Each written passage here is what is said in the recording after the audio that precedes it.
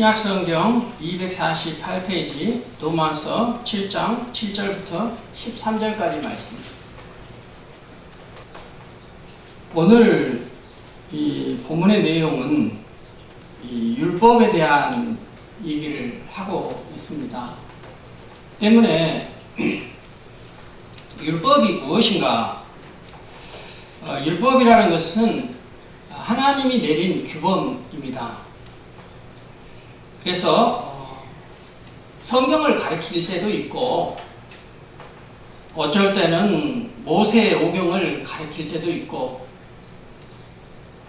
또 어떨 때는 십계명을 가르칠 때도 있고 또 어떨 때는 구약의 제사제도를 율법으로 규정할 때는 예수님이 이와 같은 율법을 십자가에 못 박혀 죽으실 때 자기 육체의 십자가의 고난, 죽으심을 통하여서 그 율법을 폐하였다 하고 표현할 때도 이 율법을 사용하기도 합니다.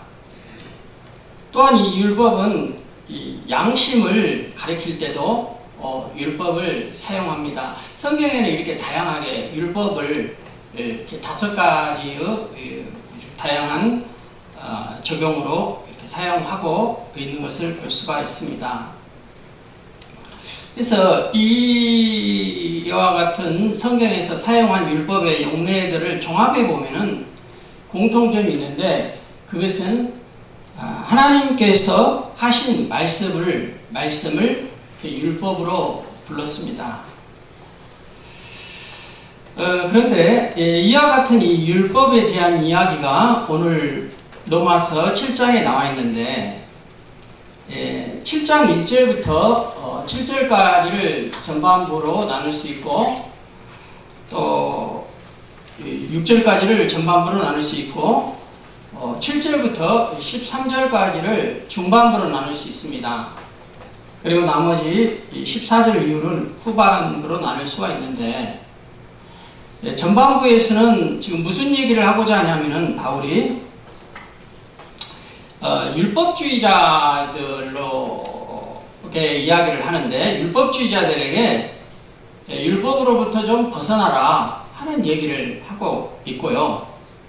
이제 오늘 이 본문은 율법주의자들이 아니라 이제 반대편에서 율법 폐기론자들이 있습니다. 이 폐기론자들을 향하여서는 율법이 꼭 필요하다. 그래서 율법에 대해서 변호하고 있는 내용이 나오고 그 다음에 후반부에는 이제 율법이 있지만은 율법이 있음으로 인하여서 오히려 성도들에게는 그 내적 갈등이 있다. 이것을 바울 자신이 오호라 나는 권고한 자라 이런 표현을 써가면서 이제 성도들이 율법을 지킬 수 없는 그 한계에 대한 그런 점 때문에 내적인 갈등이 있다. 이런 내용들로 구성이 되어 있습니다. 그래서 이 7장의 전체적인 내용은 율법의 역할과 성도의 내적인 갈등 이런 주제로 쓰여져 있습니다.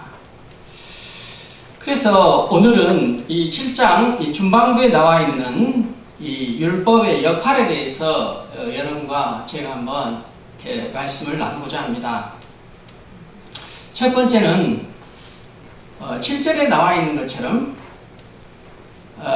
그런즉 우리가 무슨 말을 하리요? 이 그런즉은 이제 1절부터 7절까지 6절까지를 앞에 전문맥 전체를 받는다고 했을 때 이제 율법이 필요 없다 이렇게 하는 내용을 얘기하는 거죠. 그렇다고 치더라도 그런즉 우리가 무슨 말을 하리요?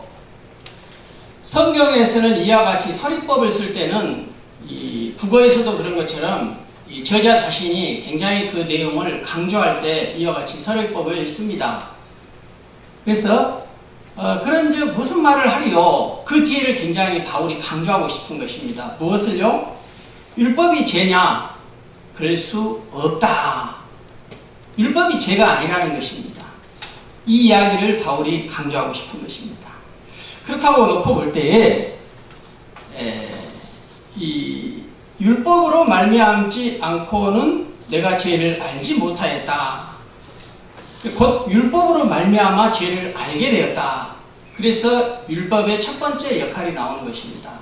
율법의 첫 번째 역할은 뭐냐면요, 율법은 죄를 죄로 깨닫게 하는 역할을 한다, 이런 내용입니다. 이 이야기를 바울이 하고 싶은 거예요. 근데 오늘날 이 믿는 성도들 사이에서는 이런 경향성이 있습니다. 어떤 경향이 있냐면요, 율법으로는 의롭지 못하고 오직 믿음으로 구원을 얻는다라는 로마서의 주제인 이신칭이, 오직 우리는 믿음으로 말미암아 하나님 앞에 의롭게 나가지 율법으로는 하나님 앞에 구원을 받지 못한다, 이렇게 여러분들도 다 믿고 아시고 계시죠? 그래서 이 말이 틀린 건 아닌데, 이런 말에 잘못된 오해로 말미암아 마치 율법은 좋지 않은 것이고 꼭 우리가 믿음으로 말미암아 의롭게 예수 그리스도를 믿음으로 나아가는 것만이 우리의 믿음의 전부인 것처럼 생각하는 경향성이 오늘날 그리스도인들에게 있습니다. 그래서 마치 우리가 하나님께서 내려주신 규범이 율법인데, 성경에는 613가지 하라는 것과 600여 가지 하지 말라는 이 여러 가지 규정들이 있습니다. 하나님께서 우리에게 말씀하십니다. 그 규정들을 우리가 지키지 않아도 죄책감을 가지지 않고 살아가는 경향이 있어요. 전혀 죄책감이 없어요, 오늘날 우리 성도들이. 그러나 우리의 영혼이 건강한 사람일수록 이 죄에 대해서 민감합니다. 우리들의 영혼의 상태가 마치 죄에 대해서 무감각하다는 것은 그만큼 이런 율법에 대한 이 규정들을 무시해버린 거죠, 우리의 신앙생활 속에서. 그리고 회개하면 되지, 이런 경향이 있잖아요, 우리들에게. 그래서 하나님은 율법의 어떤 시대에서는 죄를 죄로 알지 못했어요, 인간들이. 그러나 모세가 신의 산에 올라가서 하나님 앞에 율법을 받은 뒤로부터는, 내가 여기서 말할 때는 십계명을 말합니다. 십계명이라는 율법을 받은 뒤로부터는 죄를 죄로 알게 된 거예요. 죄를 죄로 알게 되니까 심판이 있는 것입니다. 그래서 하나님은 우리에게 율법을 주신 거예요. 왜냐? 우리는 이 하나님께서 저와 여러분에게 주신 이 율법을 통해서만 우리의 죄를 깨닫게 하나님께서 해주셨기 때문에, 우리들은 이 자기가 무슨 죄를 지었는지 모르고 살아갈 때가 많아요. 기준이 없기 때문에. 근데 그 기준으로서 하나님께서 우리에게 율법이라는 삶의 기준을 제시해 주셨던 것입니다. 예를 들어서 말씀드리면은, 우리가 죄를 깨닫게 될 때, 예를 들어서 탐심을 한번 예로 들어보겠습니다. 오늘 본문의 7절에 곧 율법이 탐내지 말라 하지 아니하였더라면 내가 탐심을 알지 못하였으리라, 이렇게 나와 있어요.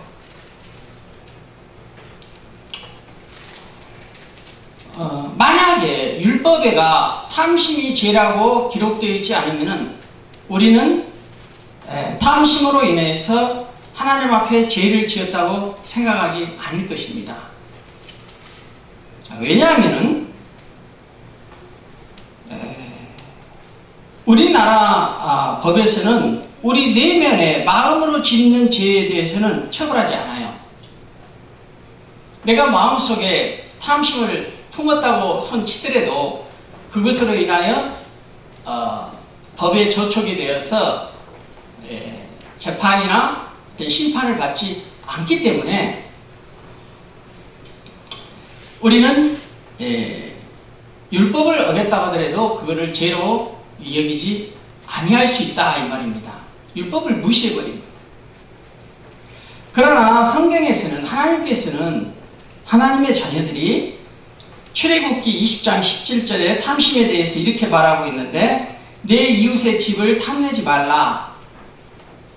그리고 내 이웃의 아내나 그의 남종이나 그의 여종이나 그의 소나 그의 낙이나 무릇 내 이웃의 소유를 달라고 나와 있어요. 그러나 지난주 한 주간 동안에 우리가 살면서 내가 마음속으로 이웃집 아내를 탐을 냈는지, 소를 탐을 냈는지, 또 집을 탐을 냈는지 우리가 서로서로 알 수가 없어요. 이거는. 그러니까 우리 스스로도 내가 탐심을 품었어도 그 죄를 죄로 여기지 않게 된다 이 말입니다. 그러나 하나님께서는 저와 여러분에게 마음의 탐심을 품는 것에 대해서 탐내지 말라고 하셨기 때문에 탐을 내는 것은 죄가 된다 이 말입니다. 그 성경에서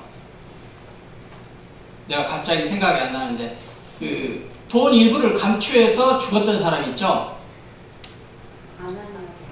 네, 아나니아.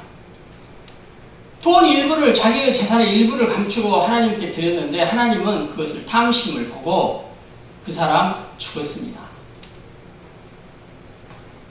구원받지 못한. 이와 같은 것이 바로 율법이라는 것입니다.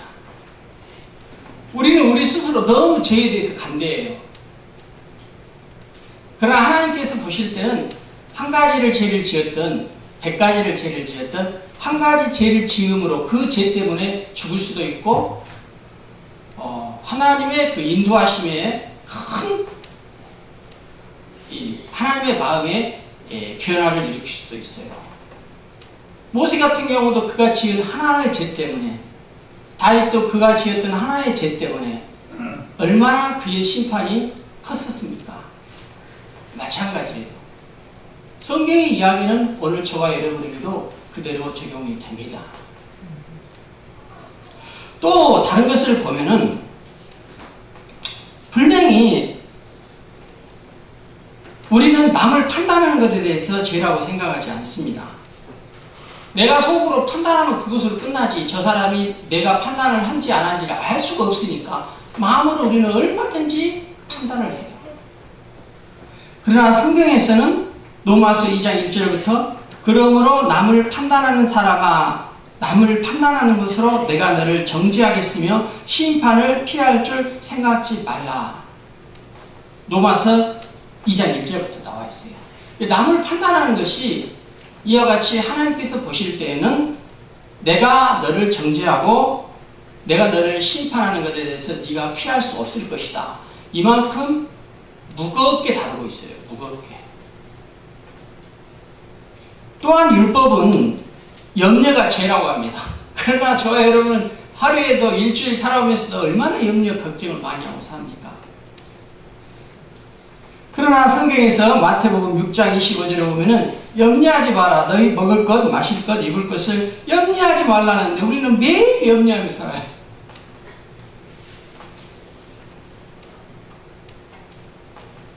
그래서 하나님의 율법이 아니면은 우리는 어떤 죄를 짓는지를 알지가 못한다는 것이죠. 왜냐? 세상의 법하고 하나님의 율법은 달라요. 이처럼 우리들은 율법을 통해서만 우리의 죄를 알 수 있도록 돼 있기에 이런 죄를 깨닫게 해주시는 하나님의 은혜에 감사하는 성도 여러분이 되시기를 축복합니다. 네, 사람들은 살면서 몸에 대한 관심이 참 많은 것 같아요. 몸에 대한 우리 몸, 육체. 태어날 때부터 아이가 몇 킬로로 태어났느냐 이렇게 물어보지 아이의 성품이 어떤지 아이의 어떤 그 내면이 어떤지 우리가 알 게 거의 안 보이는 거예요. 그리고 자라가면서 외모에 대해서는 큰 관심을 더 많이 가져요. 청소년기나 어른이 되어서도 참 사람은 기본적으로 외모에 대해서 관심을 많이 갖는 것 같습니다. 그러나 떠날 때도 보면은 우리의 실신을 우리 육체의 실신을 잘 마지막에 감장하여 이 내장할 때도 보면은 어디다가 나를 묻는 것이 참 중요해요. 그래서 이제 연세가 들면은 사람들은 다 나 죽으면 어디다 묻지 하는 그 자리를 미리 이렇게 다 봐두는 것 같아요. 그죠? 그에 비해서 우리의 영혼은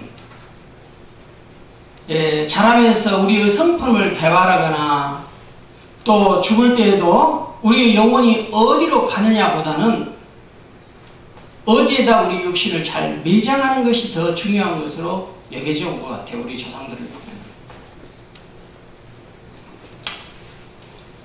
그래서 우리들은 죽을 날이 가까워지면은 내가 죽으면 묻힐 곳을 먼저 생각하는 것뿐만 아니라 내가 어떤 상태의 나의 영혼을 가지고 하나님 앞에 설 것인가를 깊은 고민을 해야 할 것 같아요. 왜냐하면은 세상 사람들은 성경을 모르고 진리를 모르기 때문에 다 그렇게 할지라도 저와 여러분은 하나님의 믿는 자녀이고 영혼이 있고 또 이후에 사후세계가 있다는 것을 확실히 믿기 때문에 우리들이 그렇게 잘 간직하고 싶었던 그 육체는 땅에다 묻고 몇 년 지나면 뼈만 남고 다 썩습니다. 그리고 오늘날은 화장을 많이 하기 때문에 뼈도 다 이렇게 화장을 하고 정말 이렇게 나는 화장한 거 많이 봤는데 뼈만 이렇게 몇 개 이렇게 있고 다 뼈도 가루로 만들어 버리더라고요. 어떤 경우는 뼈도 다 거의 다 가루로 만드는 것 같더라고요. 그리고 뼈를 가루로 만든 과정을 보여주는 이게 뭡니까? 태우는 데도 있어요. 이렇게 봐요, 이렇게. 뼈가 이렇게 다 태워지고 이런 걸 보는데. 없어져요, 육신은. 성경의 말씀대로 흙으로 왔다가 흙으로 돌아갑니다, 결국은. 그러나, 우리의 영혼은 하나님 앞에 가게 됩니다.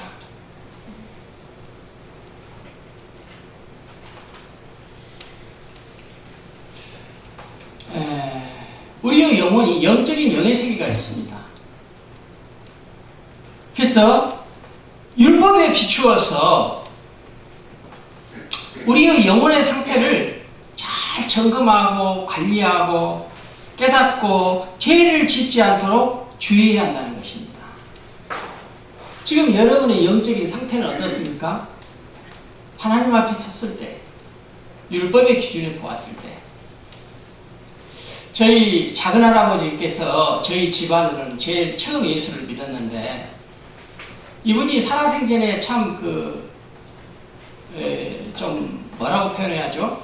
이렇게 세상에서 출세한 분이에요. 영화사를 이렇게 했던 분이거든요. 영화사를.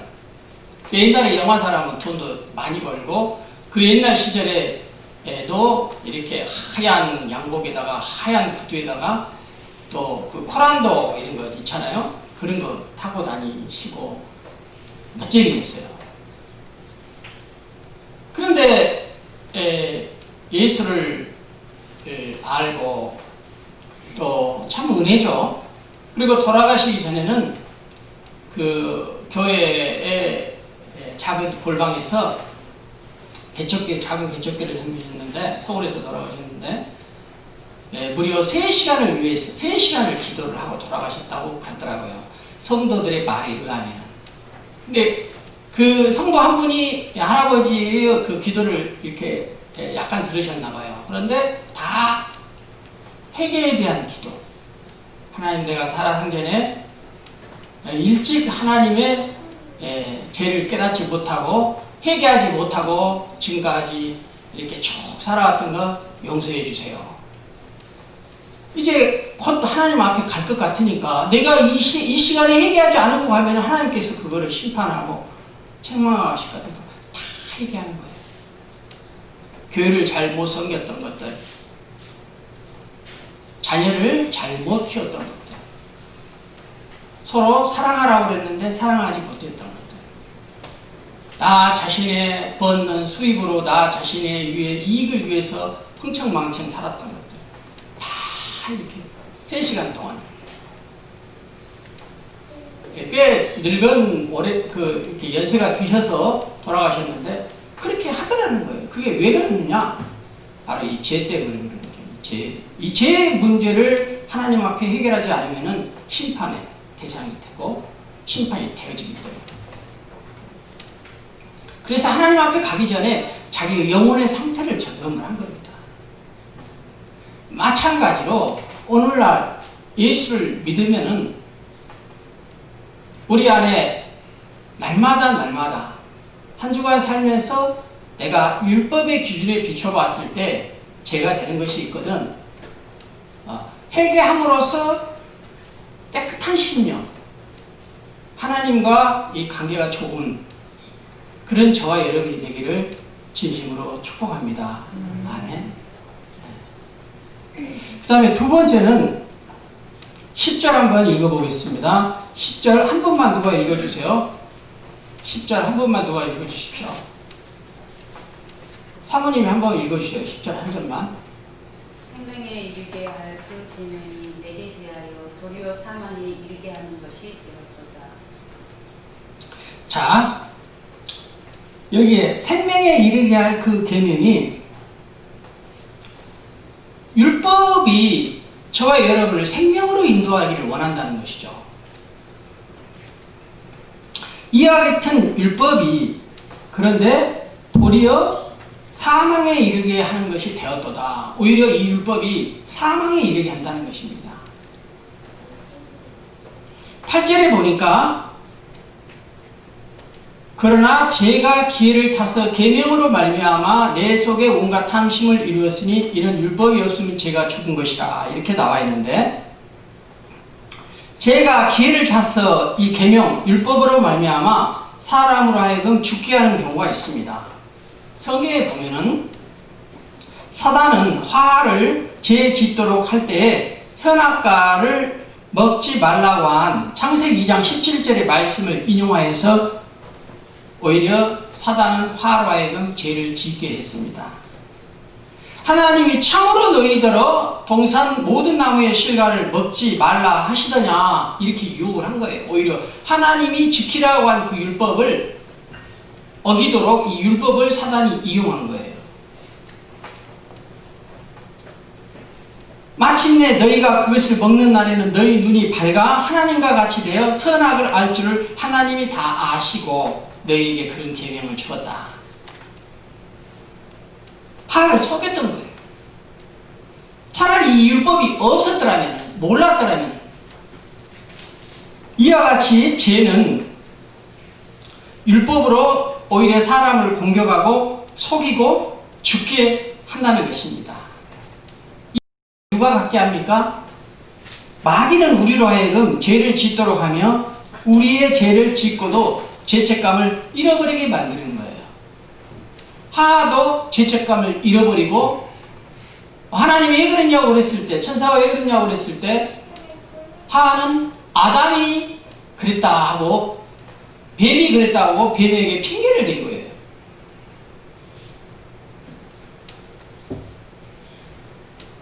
죄책감을 잃어버렸어요. 죄를 지어놓고도 죄에 대해서 무뎌져 버린 것입니다. 죄를 지었기 때문에. 근데 바울도 보면은 오늘 본문 후반부에 24절에 죄의 공격을 끊임없이 받는 거예요. 바울도. 그러면서 율법을 내가 도저히 지킬 수가 없구나 하면서 인간의 한계를 느끼며 오호라 나는 공고한 사람이로다. 내가 내 의로는 도저히 율법을 지킬 수 없는 정말 권고한 사람이구나 이렇게 고백을 한 거예요. 율법과 성도들의 내적인 갈등을 표현하고 있는 거죠. 저와 여러분도 율법이 선한 거지만 거룩하고 의로운 거지만 하나님께서 우리의 죄를 알게 하시려고 주셨지만 오히려 그 율법을 지키려고 애쓰다 보니까 오히려 그 율법이 저희를 죽음으로 사망으로 이끈 것입니다. 인간의 한계가 있는 것이죠. 율법을 우리는 지킬 수 없어요. 그래서 마귀는 오히려 율법을 다 지킬 수 없는 그 인간의 한계를 이용하여서 우리를 정죄하게 만든다는 것입니다. 그리고 우리 서로를 판단하게 만들어요. 그쵸? 이게 다 뭐가 하는 거냐? 마귀가 보이지 않는 영적 세계에서 마귀가 우리들 가운데 그렇게 하는데 저와 여러분이 이런 거를 모르면은 마귀에게 이용당하는 거죠.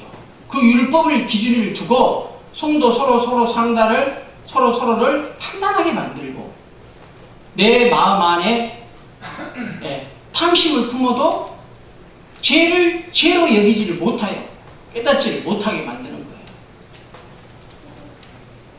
이것이 곧 율법을 악한 것처럼 만든다는 거예요. 율법 자체가 나쁜 건 아닌데 악하게 만드는 거예요. 뭐가? 마귀가 율법을 이용하였어. 그리고 또한 우리는 율법 하면은 좋지 않은 느낌을 먼저 갖습니다. 왜냐하면 수도 없이 우리는 성경의 바리새인들 이야기들을 너무 많이 들었어요. 그들은 율법적이라고 합니다. 율법적, 규범적. 바리새인들이 대표적인 율법주의자들이었습니다. 성경의 바리새인들 하면은 저와 여러분 떠오르는 게 뭐냐면은 율법을 지키고자 너무 고지식할 정도로 율법에 매여 오히려 은혜가 없는 사람을 대표하는 느낌이 들어요. 바리새인 하면 은혜가 없이 느껴지잖아요. 왜? 그 율법을 지키고자 너무 애쓰다 보니까 오히려 그 율법이 우리를 고지식하게 만들고 율법만이 다인 것처럼 생각할 수 있다. 바리새인들이 그런 거잖아요. 그래서 누가복음 13장 10절에 보면은 예수님은 18년 동안이나 귀신 들려 허리가 꼬부러져서 조금도 펴지 못하는 한 여인을 보시고 안수하실 때 병을 고쳐주시는데 이 해당장은 주로 바리새인들이 많이 했었죠. 서기관들도 하고 이 해당장이 예수님이 안식일에 병 고친 걸 보고 분을 내어서 무리에게 이렇게 말을 해요. 왜 엿새 동안 일할 날이 있는 평일에 고치지 꼭 이 안식일 날 그렇게 설치면서 병 고친다고 안수하고 그 야단 법석을 피느냐 이 이야기를 무리들에게 하는 거예요. 예수님을 비방하면서 무리에게 자기 의견에 동조해달라고. 이 해당장도 하나님을 사랑해서 그렇게 한 거예요. 하나님을 사랑하기 때문에 하나님이 주신 그 율법을 안식일을 지키라는 그 말씀을 지켜보려고 그렇게 했다는 거예요. 그래서 이 안식일을 지켜라는 이 율법 조항이 마치 그 해당에서 이 조항을 지키지 못할 때에는 하나님 앞에 본인이 철저하게 죄의식을 갖게 되는 것입니다. 그래서 하지 말라고 그 율법의 기준에 의해서 무리들에게 예수님께 소리쳤다는 것입니다. 결국 율법이 사람을 악하게 만드는 것이죠. 죄의식을 가지게 했어요. 그러나 예수님께서는 안식일날 병을 고치셨던 것이 하나님이 안식일을 주신 목적과 정신이 우리로 하여금 진정한 쉼을 누리게 하는 데 있었기 때문에 고쳐주셨다는 것입니다. 아멘. 그래서 나는 여러분들이 주의를 좀 이렇게 거룩히 지킨다는 의무감으로 나오지 마시고 내가 주의를 하나님이 나에게 쉼을 누리라고 주신 휴식의 시간, 축복의 시간, 나의 영적인 재충전의 시간으로 삼았으면 좋겠습니다. 아멘.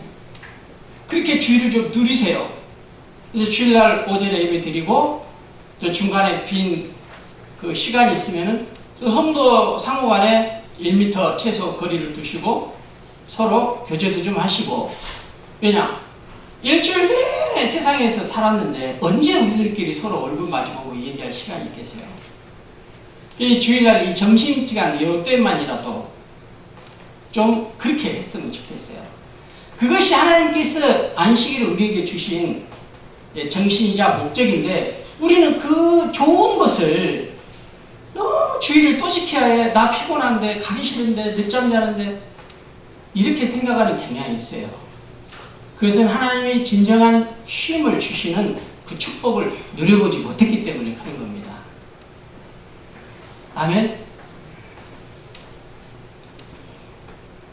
그래서 해당장은 이 안식이라는 율법이 선하고 거룩한 것임에도 불구하고 오히려 사망이 되고 그 율법 자체에 매이게 되었다는 것입니다. 그래서 이와 같이 율법은 경우에 따라서는 저와 여러분에게 사망이 되기도 한다는 것입니다. 마지막 세 번째 정리하겠습니다. 13절 누가 한번 읽어주십시오.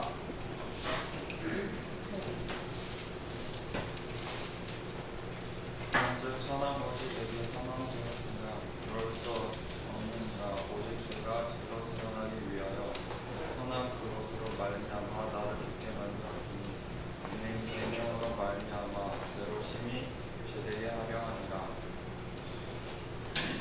하나도 안 들리네. 내가 여러분한테 좀 잠깐 읽어달라는 것은 그 약간의 빈 타임을 통해서 볼마시는 그 타임을 잡으려고 그러는데 그걸 모르는 사람은 찡그린 사람도 있어요. 제가 다시 한번 읽겠습니다. 그런즉 선한 것이 내게 사망이 되었느냐? 그럴 수 없느니라. 오직 죄가 죄로 드러나기 위하여 선한 그것으로 말미암아 나를 죽게 만들었으니 이는 계명으로 말미암아 죄로 심히 죄되게 하려 함이라. 아멘. 율법은 죄를 죄되게 했다는 말입니다. 이게 무슨 말이냐면은 바울은 또 자신에게 묻습니다. 선한 것이 내게 사망이 되었느냐? 강조한다고 그랬죠? 강조하고 싶은 거예요. 또 뭐를? 그 뒤에 말을. 그럴 수 없다는 것입니다. 율법이 선하고 거룩한데 나와있죠? 앞절에 12절에 율법은 거룩하고 계명도 거룩하고 의로우며 선한 것인데 분명히 이거는 맞는데 과연 그 선한 율법이 우리에게 사망이 되었느냐? 그럴 수 없다는 것입니다. 사망이 되게 하면 안 된다는 것입니다. 이 이야기는. 율법은 타락한 아담의 본성을 가진 사람이 죄인이요 죄의 지배에서 벗어날 수 없는 존재임을 깨닫게 해준다는 것입니다. 현대인들에게는 암이라는 병이 가장 무서운 병일 것입니다. 근데 암이 무서운 것은 암이 걸린 그 증상을 말기 때까지 초기에 알 수 없다는 것이 암이 무서운 것입니다. 그래서 암으로 많은 사람이 죽지 않습니까? 제가 어젠가 EBS에서 명이라는 프로그램을 봤는데 거기에 어떤 것이 나오냐면은 옛날에는 이 개복 수술을 주로 했었죠. 암을. 그러니까 개복을 해봐야만이 암이 어느 정도 자랐는지를 알 수가 있는 것이죠. 그리고 또 이렇게 개복을 한 상태에서 수술을 한 거죠. 근데 오늘날에는 의술이 발달돼 가지고 개복을 하지 않고도 이 내시경으로 위내시경 해봤죠. 종합검진하면은 그 내시경으로 이렇게 위를 이렇게 찍어요. 그러면 위에 그 암의 진행 상태가 어느 정도 된지를 알 수가 있는 것이죠. 그래서 초기에 발견하면은 그냥 내시경으로는 그걸 이렇게 비추고 여기를 이렇게 복강염이라고 해가지고 몇 군데를 뚫어서 이 복강염을 이용해 가지고 이 수술을 하는 거예요. 그러니까 개복하지 않아도 되는 것이죠. 그렇게 되면은 위를 그대로 절제하지 않고 살려두면서 이 암 부위만 뜯어낼 수 있는 것이죠. 그러니까 암은 고치되 위는 그대로 살려두니까 우술이 엄청나게 발달된 거죠. 자, 내가 가만히 이거를 생각해 보니까 이거를 지금 오늘 본문의 말씀하고 연결시키면은 이런 내용이 된 것이죠. 저와 여러분이 죄를 짓고도 몰라요.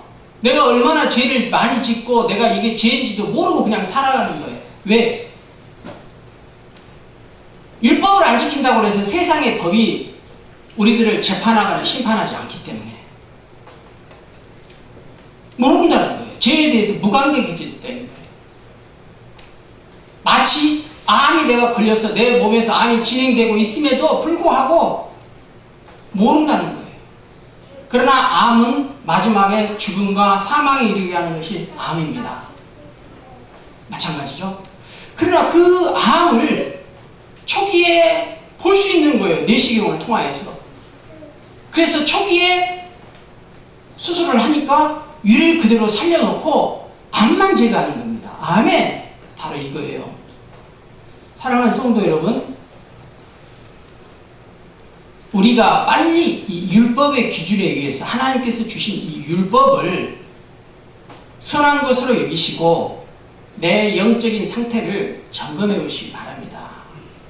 내가 금년도 한 해, 내가 이번 주 한 주간 무엇이 하나님의 율법에 비춰봤을 때 죄가 되고 내가 그 가지고 그대로 이 자리에 나와 있는가, 이걸 점검해 보시라는 것입니다. 만약 그거를 점검하시고 여러분이 율법이 우리의 죄를 죄로 깨닫게 해주시는 하나님의 은혜를 베푸신다면은 그 사람은 정말 하나님의 은혜를 받은 사람이에요. 그걸 통하여서 하나님 앞에 나아갈 수 있고 회개할 수 있는 심령을 가질 수 있기 때문에.